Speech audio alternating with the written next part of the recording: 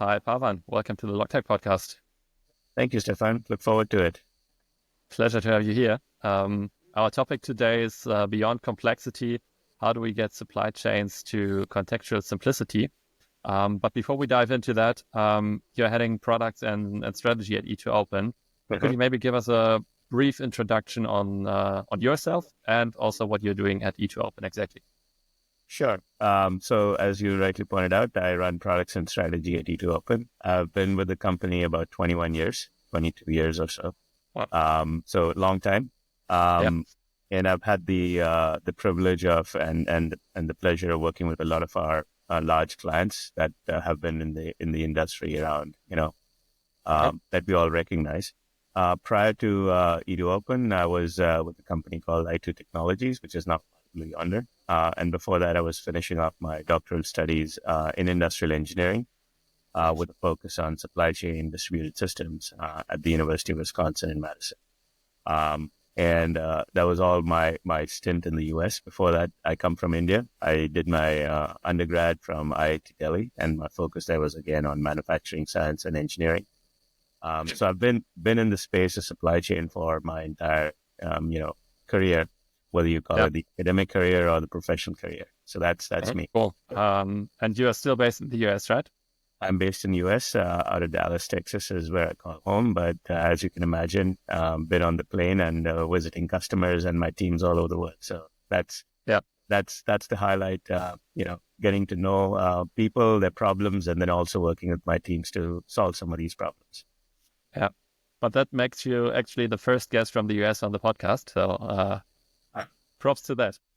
Well, I'll consider that as a privilege then. Cool. And what would you say? You already actually pointed out that you are meeting customers regularly. What would you say are actually the main challenges they are facing in the past 1.5 years? Were there any changes to before, or is there any major challenge coming up now? Yeah, I think the world of supply chain has always been complex, right? And it's been complex because, the fact of how products are made and how they're brought to, the market and how they're sold in the market is a pretty complex operation. You go back, all the way back to, the days of bartering systems, right? And we have now a much more sophisticated way of, getting compensated for what we do. And we've added over the years, over the centuries, we've added more and more complexity to that process. In many cases, it has actually helped us improve the products that we bring to market. And my belief is it's been one of the main reasons why we have such a vibrant and growing middle class around the globe, because supply chains have become efficient. But as a part of that, they've also become more complicated. So most of my learnings from visiting clients is how do you actually simplify some of the complications that have been built into the system and business process, and how can technology help solve that problem, right? And the reason why I say this is because a lot of our systems and processes, the way we work today in the world of supply chain, were anchored in some of the processes that were there in the 50s and 60s, right? There's not been big change in terms of how we run the systems. And the reason why I bring that up is because those processes were evolved when technology was, very, very nascent, right? It was hardly there as compared to where we are today, right? No concept of, cloud infrastructure, no concept of, compute as it is available, no concept of connectivity. So most of my clients that I sit down and work with is how do you actually navigate the complexity that supply chains have today? And how do you actually how do you simplify them before you actually deploy technology on it to solve the problem? So would you also say that the processes that were in place in the supply chain that are in many cases were not efficient in the past, that they just have been replicated into the digital world without actually optimizing the process? Absolutely. Yeah. More and more we see that, right? And just to give you an example, right? If you start thinking about how do you, when you're trying to forecast demand for how much products you're going to sell, right? And then you figure out and you run your supply planning process. Your demand planning typically tends to be my demand planners run my demand planning software and they figure out what the forecast is. And then they hand it over to my supply planning guys that run their own supply planning, software to figure out how and what and how much to produce, right? And then they hand it over to my procurement people that are going to go chase POs at the end of it, and my manufacturing people, my factory people that are going to run the production planning and scheduling and manage the capacity and take the raw materials coming in. And then somebody else is going to figure out, okay, what are my transportation needs, right? The supply plan then, when it gets into the hands of the transportation person, figures out, how much transport capacity do I need and who am I going to use? Now, these problems are all broken up, right? And why are they broken up? Because, could I have solved all of this together? If I could, the answer would be yes. Why would I actually take my demand plan and when I'm running my supply planning process to figure out what factories are going to produce that product and what components are going to come in and what distribution centers that finished goods is going to go to, why would I not plan my transportation process in the same time, right? Because I know what is going to be produced in what factory and I know what DC it is going to go to. Why would I not do my factory to DC transportation planning? Why does it have to wait for another department to come in? And why does it have to wait for a few more months before the transportation happens, right? So these are concepts, right? And it's not because we did not want to have them unified. It is going back to, 40, 50, 60, 70 years ago. We did not have technology that could actually solve this in one shot, right? We could do that with small factories and small things. But when the production and the size of the scale of the problem became bigger, we had to break that down. And that is what we did. We broke our business process down into my demand department, my supply department, my procurement department, my transportation department, all with the idea of gaining more and more efficiencies of scale, right? But now these processes that have been broken down by departmental boundaries, that are broken down by technology and silos, and because the software doesn't interoperate, and oftentimes been broken down by enterprise boundaries, because I don't talk to my transportation and my carriers often enough. I don't talk to my suppliers often enough, right? So these are all boundaries and walls that have been created because of which, the concept of digitization, if you're not able to transcend these boundaries, if all that you're doing is digitizing a transportation department or digitizing a procurement department, you've lost the opportunity to look at these things, take a step back and digitize that end-to-end process. And that is the biggest unlock. So when we start thinking about, reducing complexity, as you talked about in the title of this podcast, it is really to take technology and not digitize what exists today, right? But to take a step back and use the power of technology to say, how would we design the system if we did not have anything today? How would we design the business process if we did not have anything today? And if you do that, you tend to find a North Star that you want to aspire towards. And then you incrementally figure out how do you get there with the constraints that you have. You cannot just say, stop everything in the supply chain. I'm going to rewire everything and come back in 2 years, right? Just not feasible. But you need a transformation program to get to where you want to be. And where you want to be is not digitizing your individual components. It eventually is thinking about the business process more holistically. Yeah. But isn't then not also the whole SaaS industry an enemy of efficiency? Because in the end, if you need to actually take the processes and build the software around the whole correct process, most of the times that will not be possible to cover by a generous SaaS product, because it's just by definition, it will not be different for each customer and will not be that highly customized as it actually needs to be then, right? Absolutely. Stefan, you've touched upon a very, very important point, which is what companies really need. And I'm not talking about the smaller companies. I'm talking about the large companies that are multinational, right? Where the complexity. Like, I'm not saying the small companies don't have complexity, but let's keep them separate, because I think there are two different approaches that we really need for that, right? Approach number one, for the largest and the most complex, what you really need is the ability to actually run your company, your operations in a platform orientation. By that, what I mean is you may have different solutions and different aspects of capabilities for different functional areas, but the fact that you have a platform that brings it all together and ties it all together is super important, right? It is not to say that you buy 5 things from 5 different vendors, whether it is an on-prem software or whether it is a SaaS software. But if you buy them individually without understanding how they interoperate, you'll end up with exactly what you described. Is I am going to improve my CRM process, so I'm going to just do an out-of-the-box SaaS CRM, and I don't understand how that CRM process that I'm putting in place actually helps me on my supply side or actually hurts me on the supply side.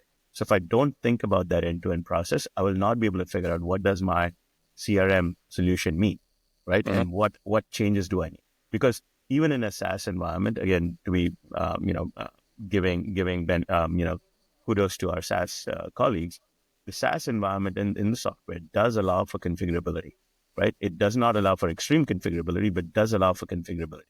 But you Yep. need to know which sides you want to configure. If you're just going to do plain vanilla implementation for SaaS product without understanding your departmental needs or your cross-departmental needs, you'll end up with something that doesn't work. So my philosophy has always been, you got to think about your supply chain as operating on a platform, and that platform consists of not just what you have on-prem. The platform not just consists of what you have from a SaaS provider. It should also envision what your suppliers are going to do and how they're going to interact, or how your carriers are going to interact, how your sellers, Mhm. your retailers, distributors are going to interact. When you have that perspective in mind, you will come to a very quick conclusion that software is not about pure SaaS. It is really about a hybrid environment. And hybrid environment really means that where a company believes is a core competency around their supply chain, where they differentiate themselves, you Mhm. will have to invest in areas that you cannot run on a plain vanilla out of the box software, because that's your core Yeah. competency. But other areas may not be your core competency where you're fine with running standard stuff. Like a good example of this is if you believe, and I'm talking purely from a brand owner standpoint, right? If Mhm. I make products that deliver, that I bring to market, my core competency is not my transportation department. My core competency is my manufacturing and my design department. I Yeah. can then use my transportation department to actually operate as standard as possible under the constraints of my manufacturing process and my distribution process. I don't have to build massively complex transportation, but if that's not my core competence. Now, if I'm a carrier or forwarder, that's my bread and butter. I have to invest in software that is very core to how I differentiate myself from somebody else. So when you're looking Yeah. for a SaaS capability, you'll not look for, when you're looking for flexibility, you look for maximum flexibility in that core area that gives you that core competency, that gives you that competitive advantage. So I always think about the world as not pure play software, the SaaS, or pure play, custom. It has to operate in a hybrid environment because that's what gives you the maximum. Yeah. Okay. Interesting. And if you have that platform approach where actually everything ties together, do you also see the interface for your suppliers or freight forwarders and so on as being on the same platform layer, or could that be that one of the tools that you actually connect to your platform that is the interface to your supplier, and another software is actually the interface to the freight forwarder? Uh, Absolutely, it has to be both, right? So let me take a step back. If you take a step back and think about the world of supply chain, and you pick any major company, right? The supply chains by definition 70, 80, 90%, so in some cases even 100% of their physical activity happens outside the four walls of a brand, Yeah. right? So you look at any let's take one of the logistics service providers. Let's take FedEx as an example, right? Mhm. FedEx has a massive, and UPS and DHL have massive fleets for certain segments in certain regions and certain parts of the world. But even they actually outsource operations in certain regions to certain people because they just cannot afford to run every single parcel that eventually runs on DHL or gets booked on FedEx or has a package label of UPS is not run by UPS all the time. Like 100% Yeah. doesn't. It is outsourced.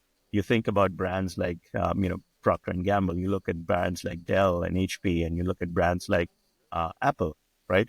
A big chunk of the supply chains actually happen outside the four walls and are run by people that don't have that company's logo Yeah. and brand. They're not paid directly by them, but they're actually providing a very, very critical function to bring an iPhone to market or the Dell laptop to market or Pampers to market, right? So all Yeah. of a sudden you realize that if 90, 80, 90, 100% of the operation happens outside the four walls, you cannot think about a supply chain platform that does not interoperate with those partners outside the four walls, right? So very fundamental concept that we came up with, when E2open started in our formative years was you cannot think about a platform as a platform for inside the four walls and me and my people, right? As a supply chain operator.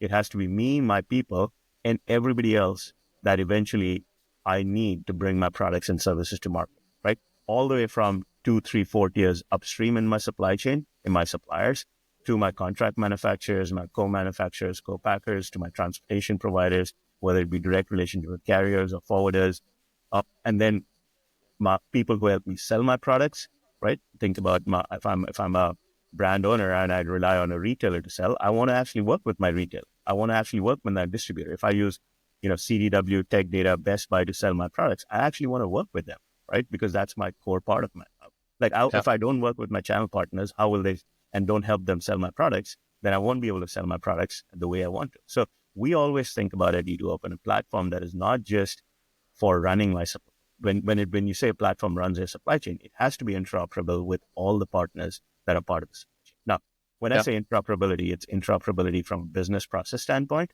but it's also interoperability from a data exchange standpoint that actually lights up that business process, right? By that, what I mean is, if I say I want to move 10,000 widgets from point A to point B, and I'm going to use these 3 carriers, and I'm going to use ocean and air as a combination, then I should not only be able to bring in that transportation plan and share it with my suppliers who's actually making those products. I should share that plan with the destination, which is receiving those products.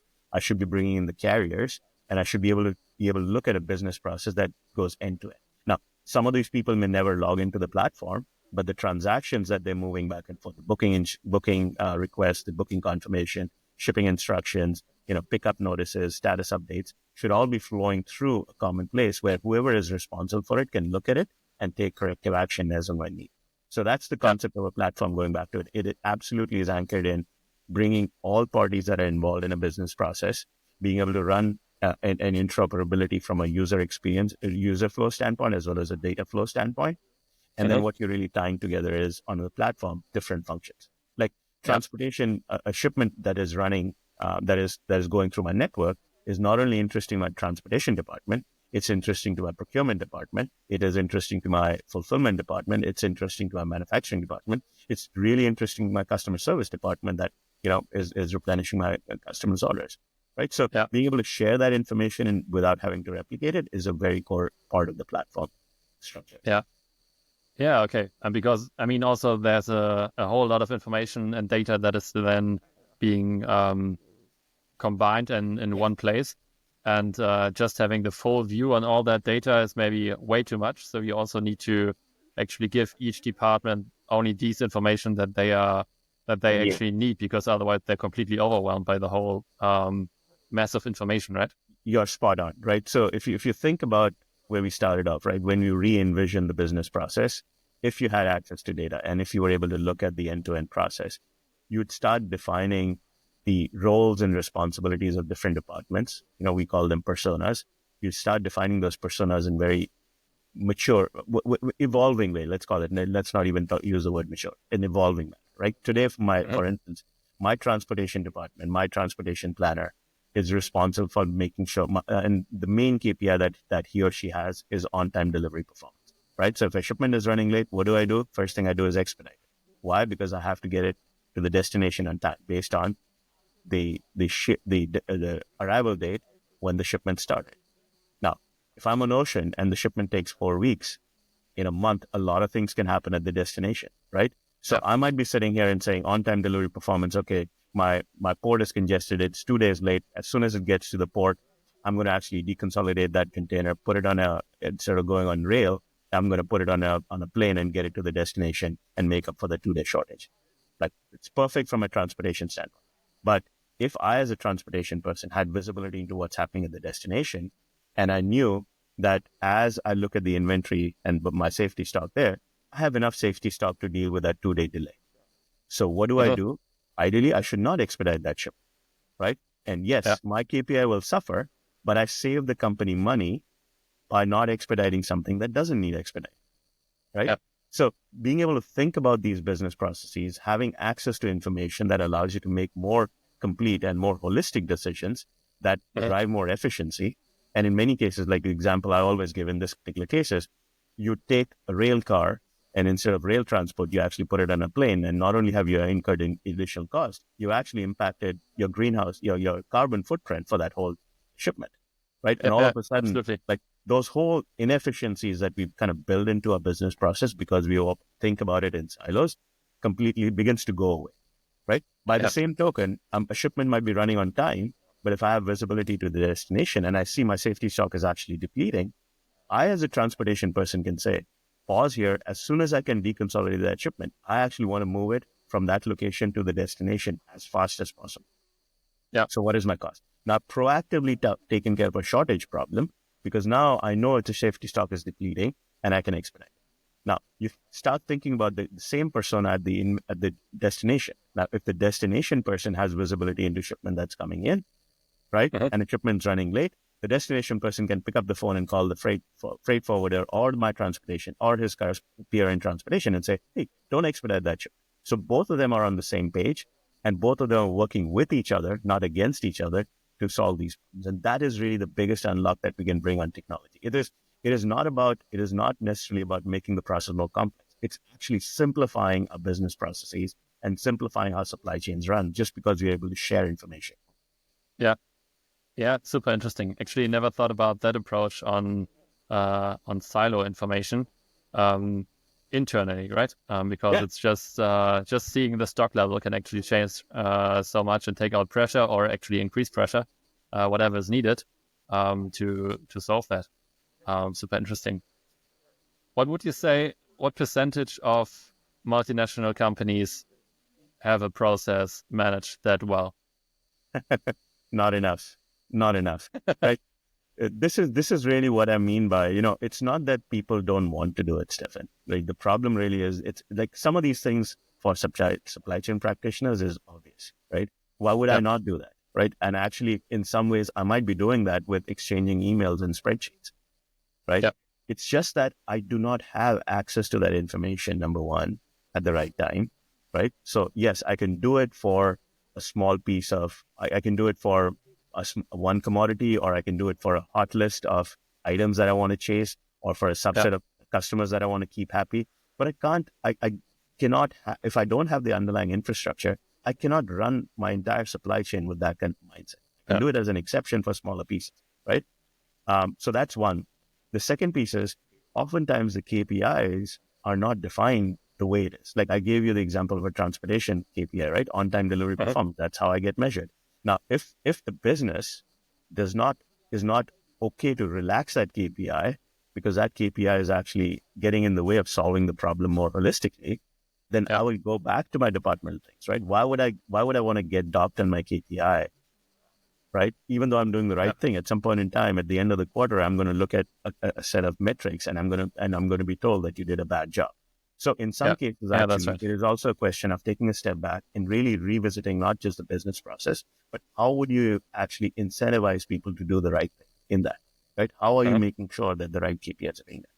And then the last point I'll come back and say is, right, it really takes some amount of effort to do these two. Right. By that, what I mean is, if the business's main function is to deliver products and bring products to market, and not improve the manner in which products get delivered, that will always take a sidestep. Right. So it really being able to actually be able to say, look, I need an initiative that allows me to change the engine of the plane while the plane is flying. Like that's what supply chains are. Like transforming supply chains while you continue to deliver product is really what we need to do. And it's not an easy problem. It is a tough problem, and it really needs thought, it needs leadership, and it really needs a continued focus. Like these are not things that can be solved in 1 quarter or 2 quarters. These need continued focus for the next 2, 3, 4 years, because that's the scale of effort that you need. It's not that problem is difficult. It's just that the problem is difficult because you cannot stop bringing products and services to market. Like you cannot stop your supply chain and say, I'm going to go rewire everything and come back in 2 years, right? Or 6. No, it doesn't work that way. No, not at all. And I mean, if you already have some kind of digitization and so on, and if you build that all on the previous processes without optimizing the process, it's not just setting up software. It's about actually changing the whole process in the heart of the company. just absolutely, and nearly in some, impossible to do yeah, that all at the same time without any interruptions in the daily business. yeah, and sometimes I feel, and it's not always, but sometimes, you know, digitization actually hurts you. Like if it took you, if it today your manual process or existing process, you're making mistakes 10 times a month, right? Or 10 times a quarter, and you Yeah. digitize that process, you're making the same 10 mistakes, 10 times a week or 10 times a day, right? So in many ways, it actually speeds up the bad process and continues to make bad things go faster. And sometimes it Uh-huh. actually gets in the way. It's okay to leave a process as is when it is not working, right? In some cases, and take one step back and take the time to actually think about it rather than jump in and digitize it. Because, Yep. doing wrong things faster doesn't help. No, no, not at all. It's doesn't help to just digitize. It doesn't help to just throw people at it. Yeah. It's just not working. It has to be changed holistically, and I think that's also a part um, where many companies are also lacking the position or the right position of that supply chain transformation team, or however you want to Yeah. call it, because everybody, as you already said, is focused on his own KPIs. And if I'm incentivized to solve one KPI, I'm not thinking holistically, because it's just so complex that nobody actually wants to do it and touch it, because you're also scared by just touching, you're ruining the whole process. Yeah.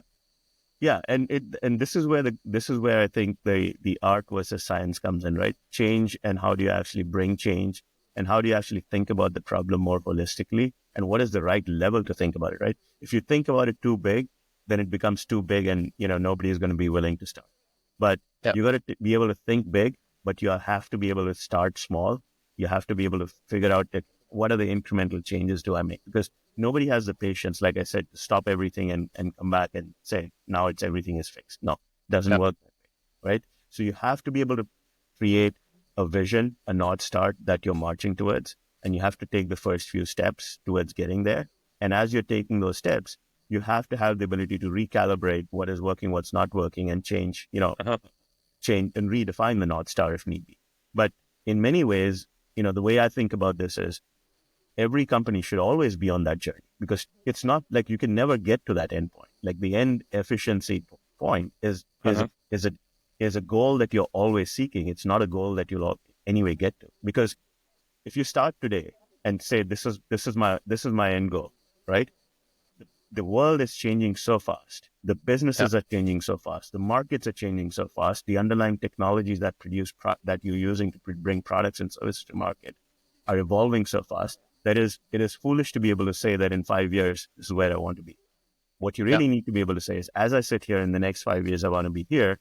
And I want to, on a periodic basis, every 6 months, 9 months, 12 months, recalibrate where do I need to be, right? uh-huh. And that is what continues to drive that thing. So it is really it's not an easy problem. And it's not like today I might define a set of KPIs that may get in my way, just like the on-time delivery performance example I gave. When it was Yeah, designed, it was designed to do the right thing. But we never said that that environment has completely changed. And when that environment changes, you have to adopt and change to that environment. And that's really what I mean by, like, yeah, your yesterday's KPIs are, hurting you from yeah, making the right change. yeah. Yeah, that was exactly the point that I wanted to bring up next, because if you look, for example, at ERP implementation, people are just looking 1 year to find the right software. Then they need 2 years for the implementation. And then after, in total, 3 years, actually the software is already outdated and you need to start over again. So that is also really, really difficult to have that in your overall supply chain process strategy, or whatever you call it, um, to actually make changes, even if you already selected for, I don't know, one part of the whole system. But if something changes during the 2 or 3 years, whatever, you Mhm. still need to be able to actually switch and get another software, get another process, whatever. But that's actually really working on the working engine, which is really difficult for most people, I think, to get that. Yeah, to decide on a project, on a timeline, where you know it will not be like you define it now. Yeah. And I think since you brought up ERP, right, that is actually a pretty important thing, right? And the reason why I bring this up is if you're talking about ERPs, and I'll use ERP as an example, right? Understanding what you're going to use the ERP for is super important, right? And ERP is generally started as the backbone for, balancing books, right? They started off as a core GL function. Like I want to actually manage accounts receivables, account payables. And as a part of that process, I want to get all transactions in. I want to balance my books so that it makes my process on the financial side way more efficient. Now, that once you have that backbone in the system, you continue to add more and more capabilities. And the most recent capability that was added and I'm talking about not recent as in a few years ago, the most recent core ERP definition that was added was supply chain. Like why, and planning factories. Why is that important? It's important because that's how you bring products and services to market. That becomes the basis of your accounts payables. You're paying your suppliers and factories to produce products, and accounts receivables. Once you sell your products, what happens there, right? Yep. So what's the dynamic nature of the ERP function changing or any system changing is very core to understand. Is the GL function changing every few months for a company? Probably not, right? It's fairly standard in terms of that function. But what really changes is what products you're producing, how you're producing, who are you using to produce those products, who are you using to move those products, what market you're selling in, how are you planning what partners you're selling through, how are you planning that sell process, how do you run promotions? That's the dynamic nature of the core that surrounds the ERP. Right? Yep. And when you start thinking about the systems architecture that way, you got to think about what is it that's not going to change, for which I need a different architect, or is going to be relatively stable, let's call it that. And what are the things that are going to be very dynamic, that are constantly changing, that I will need as a differentiator. It's not that they're changing because I want them to. I need them to change because that's what differentiates me. If I continue to make the same product over and over again, entire supply chain is super simplified. I know exactly what it is. People buy that stuff. Great. Yep. Right? But even for the products that are super, super simple, right? I use, diapers and wipes and toothpaste and, all that stuff, which is standard stuff. Even that has dynamism around it, right? So being able to understand where's the dynamic coming in and who brings that dynamic into the picture is very, very important as you're defining the systems architecture that supports it. It's very crucial to figure out when you're defining that platform approach, where is that change coming from? Where is that change that will need to always exist for me to be differentiated in the market? And then have a very different approach to that as compared to something else, which is more standard, right? And that is really the art that I come back to of how do you have a systems architecture, platform architecture that not only is inside your four walls, but more importantly is outside your four walls, because that's where your differentiation comes in. Right? Bringing products to market as Apple is not about how good Apple designs it. It's also about how good manufacturing is, right? Of their partners. Absolutely. How good is the components that they've designed with their partners? How good is the selling process with AT&T, Verizon, and Vodafone? How good is the transportation process using FedEx, DHL, or any of the other carriers that they use? That is a super important part, and it's important to understand where's the dynamism coming in and where's the structure coming in. Yeah, absolutely. You have to see the whole picture and then actually have to make up the process. Yeah. It just doesn't work by department. I think that approach is, it has been okay for some time, but in 2024 or even a few years back, that's not how the world works anymore. And that's not how customers think as well, because in the end, it's all about your customer. Exactly. The end goal of each company is to make your customer happy. And your customer doesn't think about, there was a mistake in their logistics department or there was a mistake in their product department. They don't care. For them, it's, as you just said, Apple. And if there was UPS delivering too late, it's Apple. If it's if the screen is broken once you get it, it's Apple and not their screen partner. So in the end, it all comes back to the brand that actually needs to serve their customers. Yeah, and that's why I think, there are so many books that have been written about it, right? It's the machine that changed the world and, core competencies and all that. You very quickly realize that the means that actually led us to driving more efficiency in the manufacturing process, right? And I talked about, being able to bring products and services to market at a price point that we never ever thought we would be able to. Like flat screen TV. Would you ever think about, the latest flat screen TV that comes out is actually cheaper than what it was in the previous generation? No, but that's the economies of scale that we've gotten to. And we expect a certain level of performance. And how can we drive more and more efficiency around that performance and rethink about how products and services are brought to market? And I'm not saying you've got to change overnight, but that kind of I call it the change bone in our body is super important. And the body being, the supply chain function. Like always looking for where's the change coming from and how do I actually adopt to that change? How do I actually leverage that change to kind of meet and exceed my customers' expectations? Yeah. Super cool. That's a very good end note, actually, Pawan. Thanks a lot. Was very fun. Looking forward to seeing you in Paris. And thanks a lot. Likewise, great conversation. Appreciate it, Stefan. Thanks a lot. Have a good day, Pawan. Thank you, too. Bye-bye.